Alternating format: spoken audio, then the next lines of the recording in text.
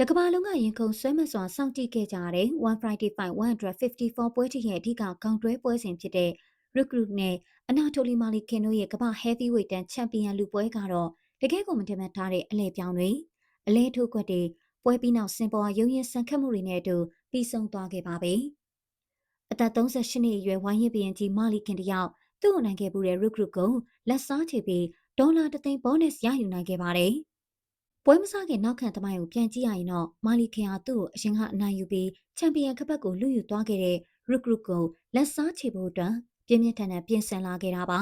။သူဟာဝမ်ချန်ပီယံရှေ့ဝေတန်း3ခုရဲ့ဘရင်တစုဖြစ်ကြောင်းပြန်လည်သက်သေပြဖို့အတွက်သူ့ရဲ့မြန်ဆန်တဲ့အရှိန်ဟုန်ပြင်းထန်တဲ့လက်သီးတွေနဲ့ရူရုကိုအလဲထိုးပစ်မယ်လို့ကြွေးကြော်ခဲ့ပါတယ်။တစ်ဖက်မှာလည်းရူရုကမာလီခင်တက်ခန္ဓာကိုတိဆောက်ပုံပုံမှုတောင့်တင်းပြီးအင်အားတာတာကြောင့်တကမ္ဘာလုံးကဒီပွဲကိုအကျိတ်နဲ့ရှိမဲ့ပွဲကြီးပွဲကောင်းဖြစ်မျှော်လင့်ခဲ့ကြတာပါ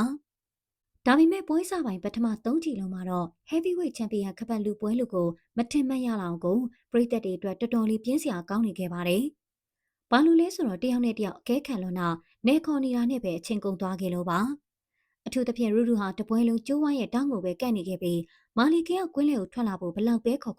ရူရူကမလာရဲပဲဖြစ်နေခဲ့ပါတယ်။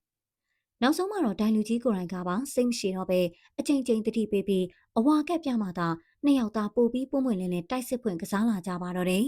။လေးကြီးမြောက်ရောက်တဲ့အချိန်မှာတော့ပြည်သက်တွေမျှော်လင့်နေတဲ့အလဲပြောင်ရောက်ရှိလာခဲ့ပါပြီ။ဒီတစ်ခါမှာတော့ရူရူတယောက်မာလီခင်ရဲ့တိုက်စစ်အောင်မှာဘာမှမလုပ်နိုင်တော့ပါဘူး။တောင်းကနေတဲ့ရူရူကမာလီခင်ကသူ့ရဲ့နာမည်ကျော်ပြင်းထန်လာတဲ့ဘဲဝိုင်းညာဝိုက်တွဲလုံးနေတဲ့အတူအရှိန်ဟုန်မြင့်ပြီးအမောက်သိပ်ပေးလိုက်တာပါ။ရူရူကျိုးဝိုင်းပြီးမှရိုက်နေပြီးလဲသွားတဲ့အချိန်မှာတော့မာလီခင်ကအားမရသေးပဲအပေါ်ကနေထပ်မံကြိတ်ဖြစ်ခဲ့တာကိုတွေ့ရပါတယ်။ဒါမာလီခင်ရဲ့ပြတ်သားလာတဲ့အလဲထိုးကွက်ဖြစ်ပြီးသူပိုင်ဆိုင်ခဲ့မှုတဲ့ဝိတ်တန်း3ခုရဲ့ချန်ပီယံဂုဏ်ပုတ်ကိုဒုတိယအချိန်ဖြစ်ပြန်လည်သိမ်းပိုက်နိုင်ခဲ့ပြီးဖြစ်ပါတယ်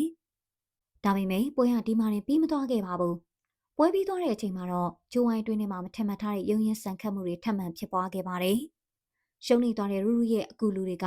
ရလက်ပေါ်မချေနဲ့လို့ထားပြဲရခါနေမာလီခင်ရဲ့နီးပြအဖွဲ့တွေနဲ့စင်ပေါ်มาတဲ့အချင်းချင်းလက်သီးချင်းဖလှယ်ပြီးပွဲချမ်းခဲ့ကြလို့လုံခြုံရေးတွေတိုင်းနေတော်တော်လေးဝမ်းရှင်းခဲ့ကြတာပါတယ်။ဒီလိုရှုပ်ထွေးမှုတွေရှိခဲ့ပေမဲ့မာလီခင်ကတော့ပွဲအတွက်အကောင်းဆုံးလုပ်ပြနိုင်ခဲ့တဲ့အတွက်ဝမ်ချန်ပီယံရှစ်ဥက္ကဋ္ဌရစ်ချက်စီယော့တုံရဲ့ချီးမြှင့်မှုနဲ့အတူဘောနက်ဒေါ်လာ1သိန်းကိုလည်းထိုက်တန်ရရှိသွားခဲ့ပါတယ်။နိုင်ပွဲပြီးမှတော့သက်38နှစ်ရှိပြီဖြစ်တဲ့မာလီခင်ကသူ့ရဲ့ကစားသမားဘဝကနေအပီးပိုင်အနားယူပြီးဖြစ်ကြောင်းတကမ္ဘာလုံးကိုတရားဝင်ကြေညာသွားခဲ့ပါတယ်။နောက်ဆုံးပွဲမှာ Heavyweight တန်းချန်ပီယံကပတ်ကိုပြန်လည်ရယူ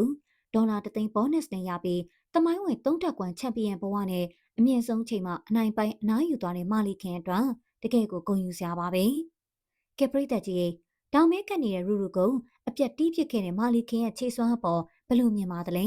။ဒါကို comment လေးမှာရေးပေးခဲ့ကြပါအောင်ရှင်။